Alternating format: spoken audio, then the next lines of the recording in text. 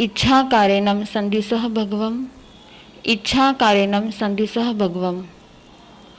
Let us bow down in devotion to the Pancha Parameshti.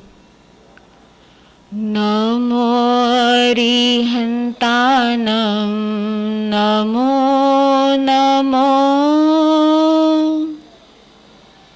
I bow down in devotion at the feet of divine energies such as the Tirthankaras, who lead me to the path of divinity. Namo Siddhanam, Namo Namo.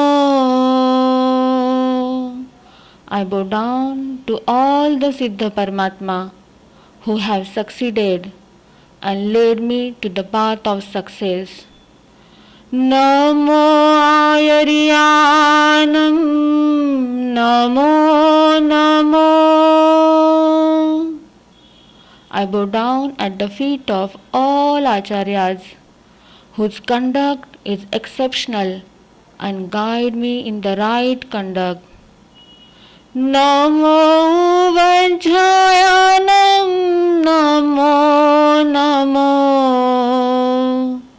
I bow down at the feet of all the Upadhyayas who learn and teach everyone the path of Tirthankar.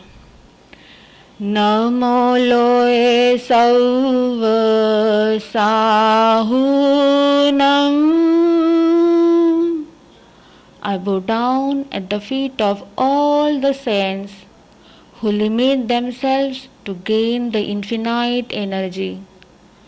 Eso Panchanamokaro Sauva Pavapanasano Mangalanancha Sauvesim Padhamam Havai Mangalam Mangalanancha Sauvesim Paramam Havai Mangalam.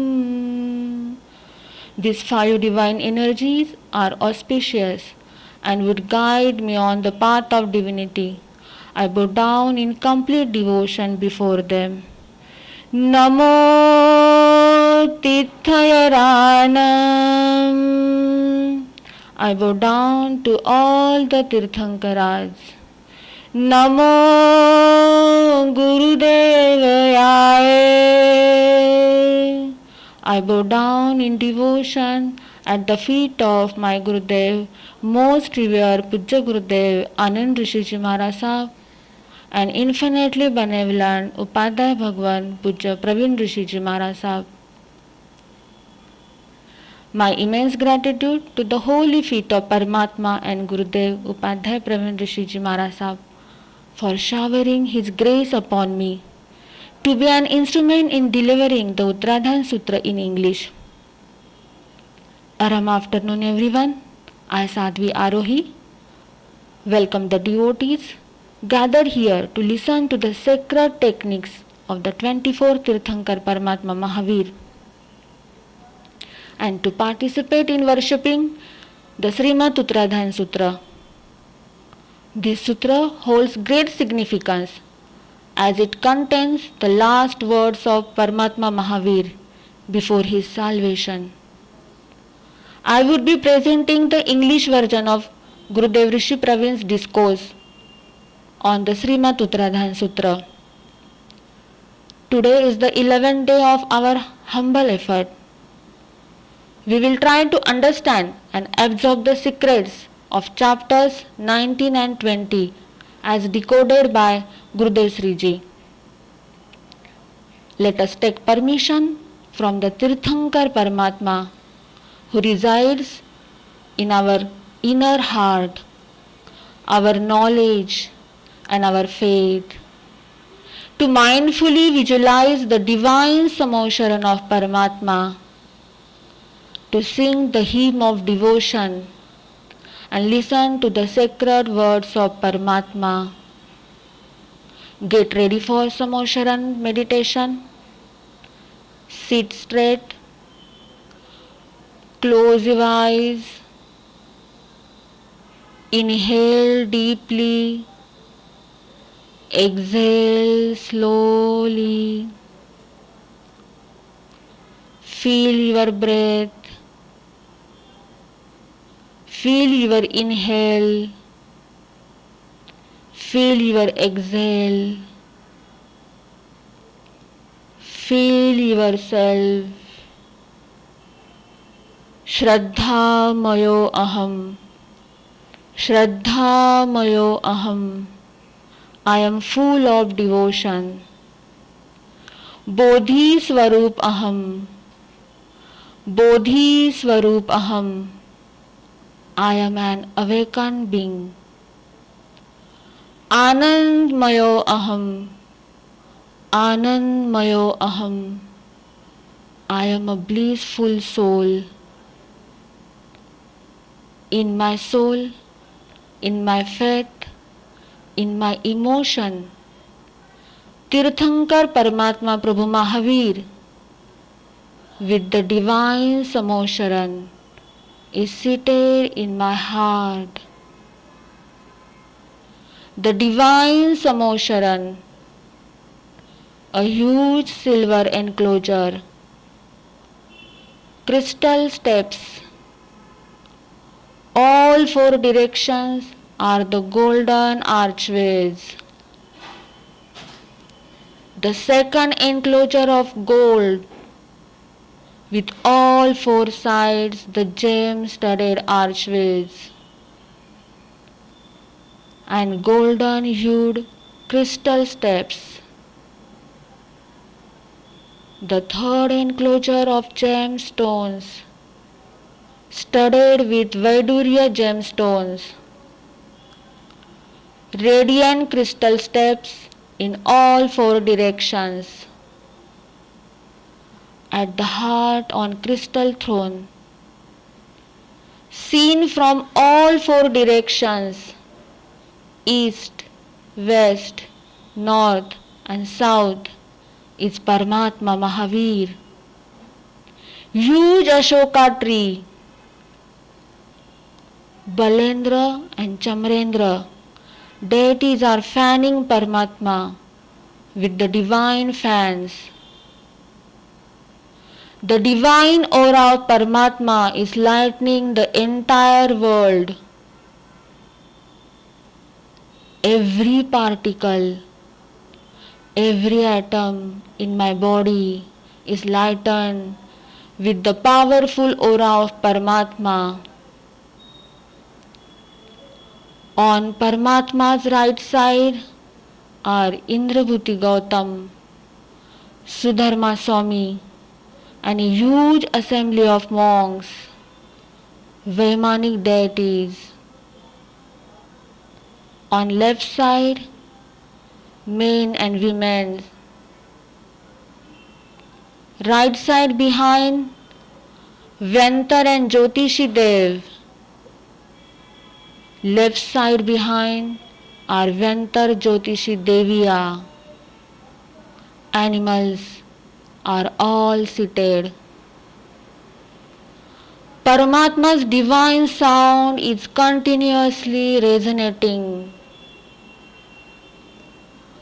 Paramatma's divine words are being showered as a divine flowers. Paramatma's divine Dharma Chakra, the religious flag swaying high. All four directions, the musical sounds played by deities are heard.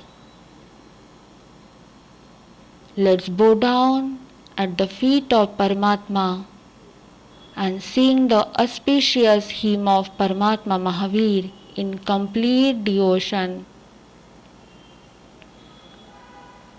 Feel the presence of Paramatma. Feel yourself. Feel your devotion. and open your eyes. For the rendition of Virstuti, hymn in appreciation of Paramatma, and the Prakrit verses of Uttaradhyayana Sutra, follow the link in the description box. Namo Suyadevayaye, Namo Suyadevayaye, Namo Suyadevayaye. And chant Vardhamanam Sharanam Pavajami, Vardhamanam Sharanam Pavajami, Vardhamanam Sharanam Pavajami. Continuing yesterday's chapter 19 on Mrugaputra, Gurudev says, see, live and achieve.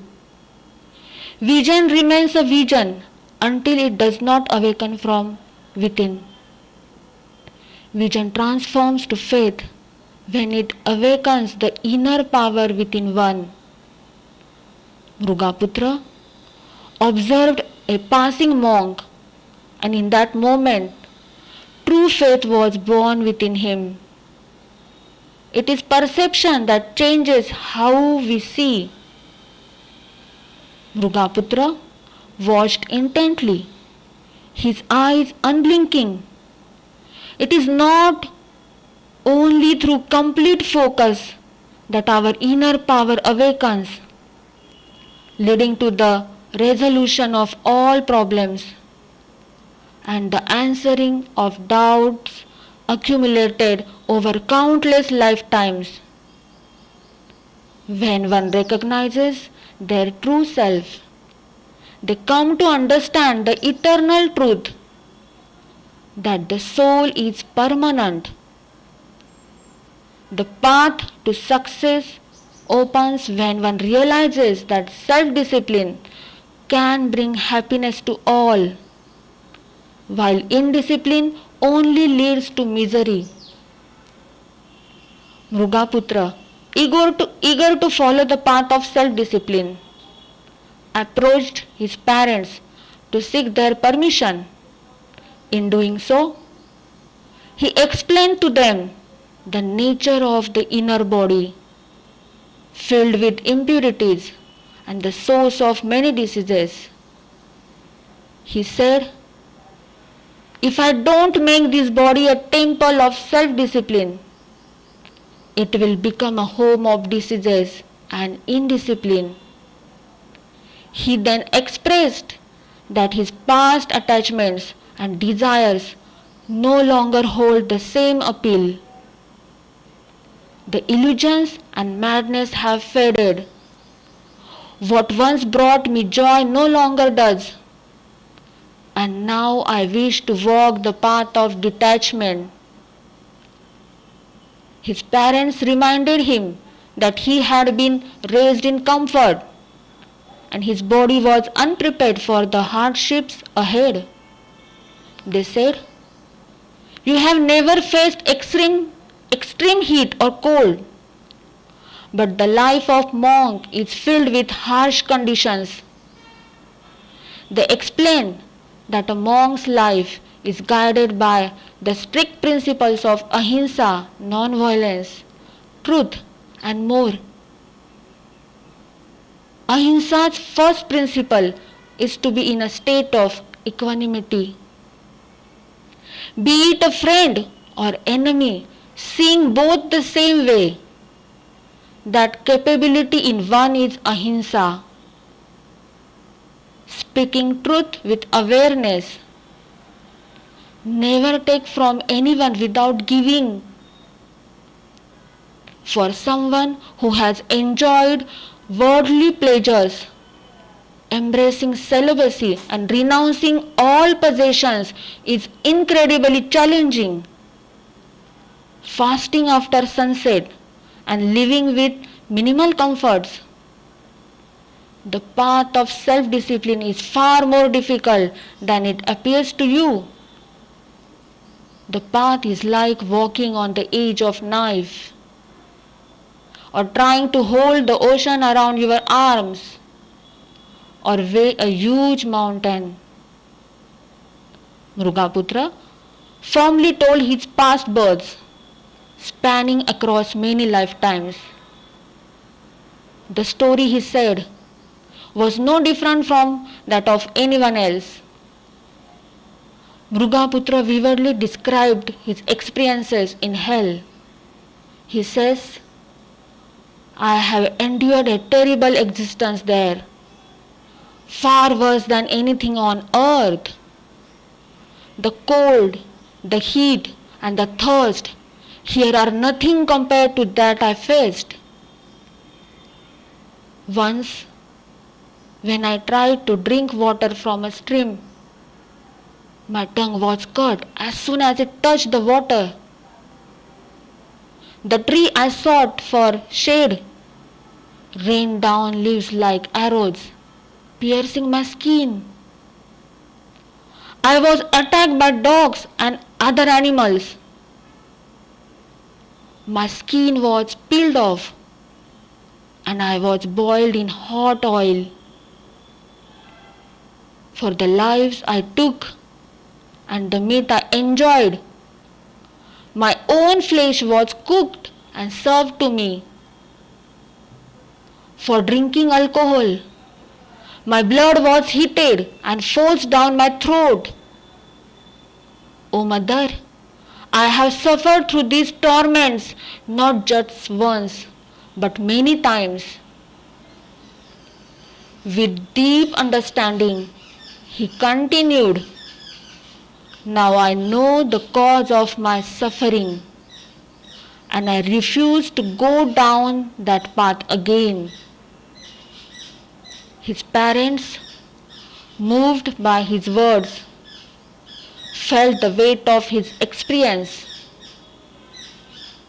Mrugaputra tells his parents, for the one who let go of sensual pleasures and the desire for comfort, nothing is difficult. It only seems hard when the mind is clouded by illusion, and I am now free from that illusions. His parents, still trying hard to stop him, tells, you may have endured the suffering of hell, but in this human life, this is a scant strike, and when you fall ill, there will be no one to take care of you. To this, Mrugaputra replies, O Mother, in the jungle, a deer lives with its herd, but when it falls ill, it isolates itself and rests beneath a tree. Without treatment of food, it heals on its own. Your name is Mruga, deer, and I am your son. I too will live like the deer, finding strength and peace in solitude. Gurudev teaches that an essential principle of healing is found in these verses. When you fall ill, do not rush to treat yourself. The illness will pass on its own, much like a deer isolates itself and rests in stillness. Mrugaputra, having sought his parents' permission, once again embarked on the path of self-discipline that he had walked before. Due to certain shortcomings, he was reborn, but now he walked with unwavering determination, resolved to break free from the cycle of rebirth and achieve eternal success. Siddho aham, Siddho aham, Siddho aham, I am accomplished. The chapter outlines the path Mrugaputra followed to attain success. He closed off all avenues through which negative emotions could enter and immerse himself in deep introspection. The true spiritual practice is in being aware of fear without becoming afraid. The one who remains unafraid is a true ascetic. There is a difference between being a slave to fear or being aware of it. Only by conquering fear can one walk the spiritual path. With every moment, he lived by the principle of righteous knowledge, faith, and penance. In the final stage of his journey, he undertook a 1-month Salekna Santhara, a oath of peaceful fasting up to death, and attained moksha, liberation. The chapter leaves us with a profound message. Remember this truth in every moment. We have all been to hell countless times and endured immense suffering. Keeping this in mind will prevent us from committing sins. Gurudev offers us practical tip with this chapter. When you find yourself thinking negatively or feeling overwhelmed by negative emotions, redirect those thoughts. Focus on learning, on moments of deep faith, and on your inner strength and ability to fast.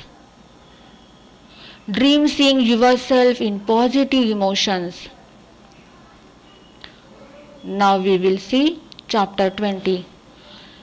Namo Suyadevayaye, Namo Suyadevayaye, Namo Suyadevayaye. Chapter 20, title Mahaniyam Thijjam, is an exceptional story of Anati Muni. The chapter speaks about a truth about each one of our lives, from which we usually try to run away, try to remain ignorant, even after knowing that it is the ultimate truth. The saint who made the king Shrenik realize and experience this truth was known as Anati Muni. The real name of this saint is not mentioned anywhere in the scriptures. He is known by this name by virtue of his deeds and experiences he lived in. One who experiences his own worthlessness, anathata, one day reaches the state of being worthy, being anath. One morning, King Shrenik, while wandering in a garden, saw a healthy, young, handsome man meditating in a attire of a holy saint. The king observed that this man had the physical appearance of a man of pleasure and enjoyment, but his aura and character was that of a holy saint. One whose age was for enjoyment was living a detached life. Raja Shrenik bowed down in devotion to him with the words Payahinam, meaning perform pradakshina, an act of walking around the revered personality or deity. Raja Shrenik then questions him that in this age of pleasure and enjoyment, with such a young, healthy and handsome body, how could you choose the path of meditation and self-discipline and become a monk? The monk answers, O king, I was an orphan. Here by the word orphan he did not mean someone who does not have parents or resources, but someone does not have anyone in moments of suffering. One who could not get the peace he wished to. To this, Raja Shrenik offers him to come along with me. He would provide all the wealth, luxuries of life, and he could live a life of pleasures and enjoyment. The monk replied, when you are an orphan yourself, how will you shelter me? To this Raja Shrenik thought probably the monk did not know who he was. He introduced himself and said, I am the king.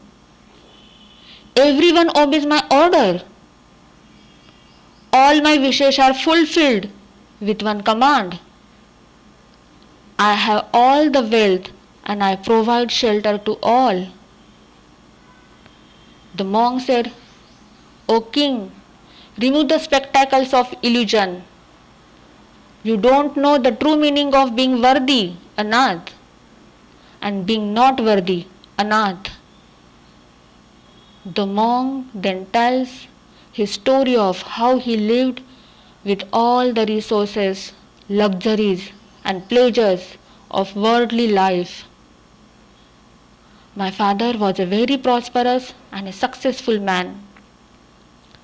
I had younger and elder brothers and sisters. Lived with both my parents, and I had a beautiful wife too. But one night, pain in my eyes started, and slowly the pain spread in my entire body. The severity of the pain was such that someone had pierced my entire body with poisonous arrows. There was not a point in my body which was free of pain. I yearned in pain.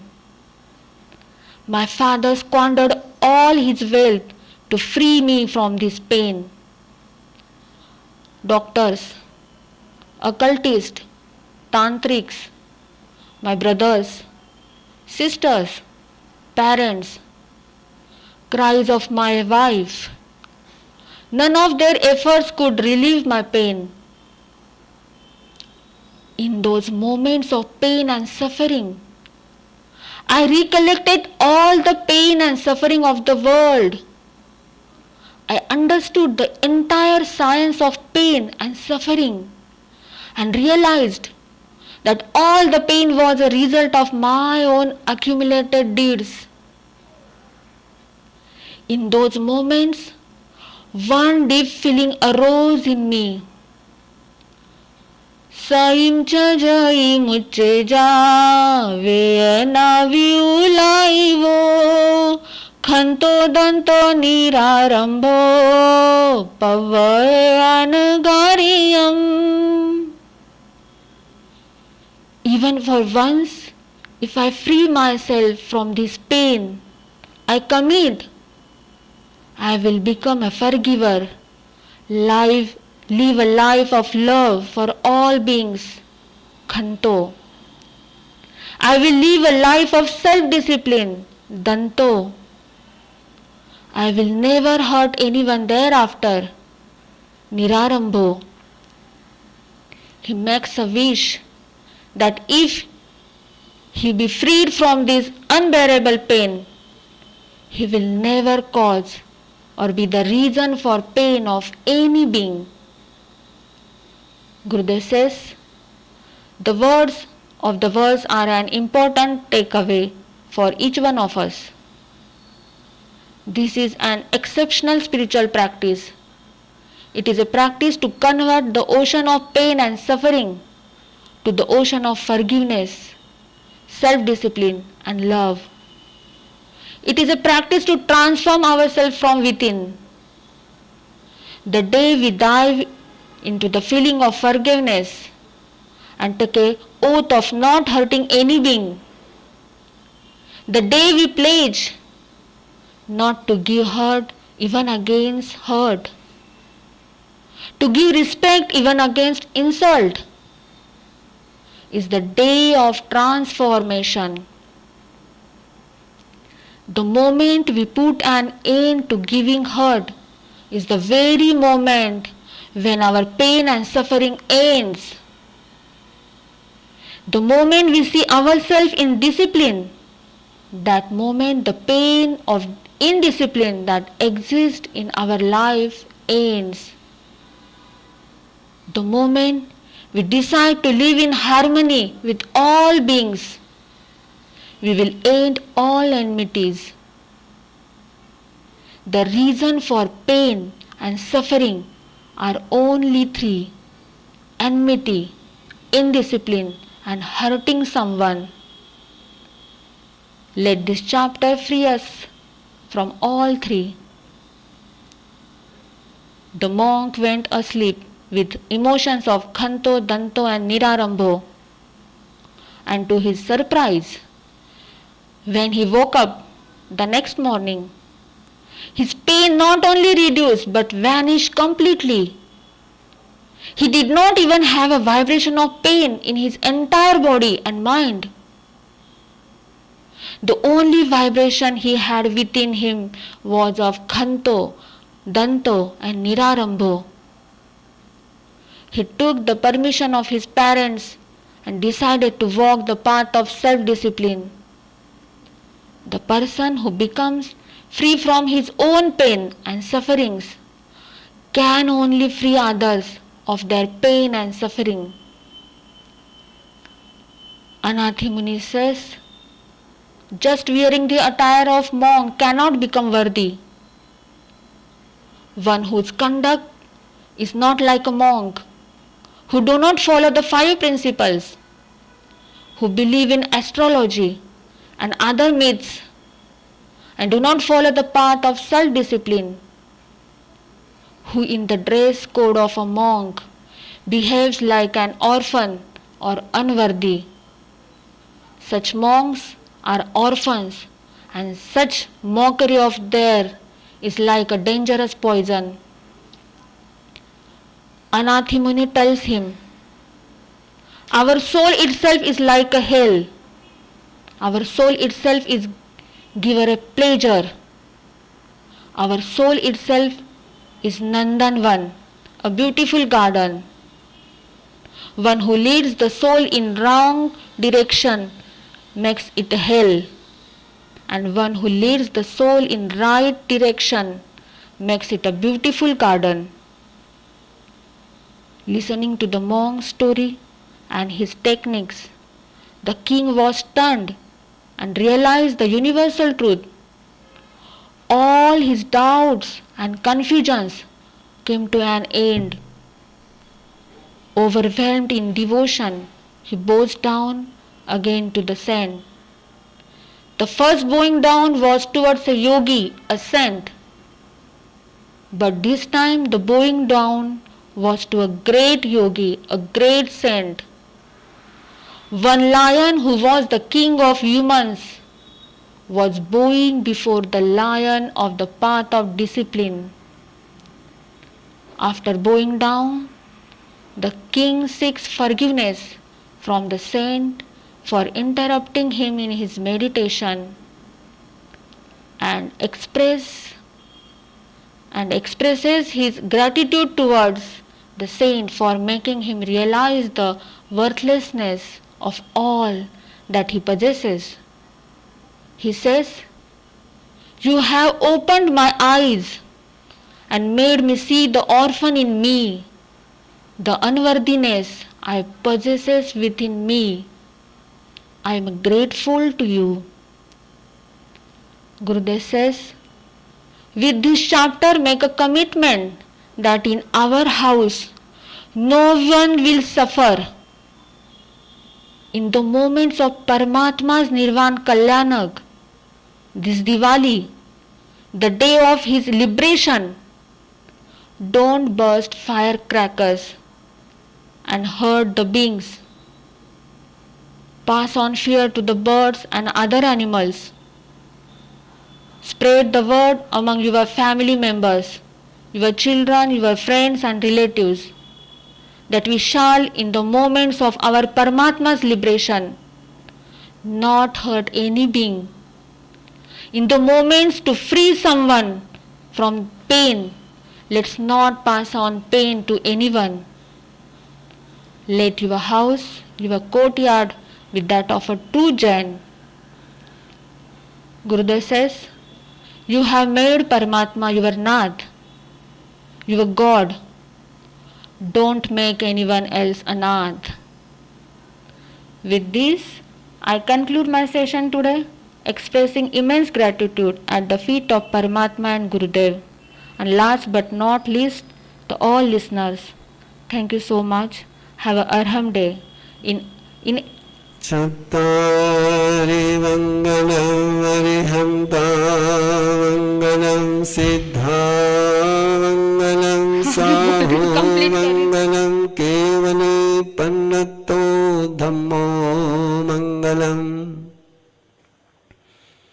Chattari Lagutamari Anta Lagutamang Siddha Lagutamang Sahu Lagutamang Kevali Pannato Dhammo Lagutama Chattari Saranam Bhavanjhami Arihante Saranam Bhavanjhami Siddhe Saranam Bhavanjhami Sadhu Saranam Bhavanjhami Kevali Pannatam Dhammam Saranam Bhavanjhami Arihanto ka Sharana Siddho ka Sharana Sadhu ka Sharana Dayan Dharma ka Sharana Char Mangal Charavaktam Chare Sharana Dukha Harana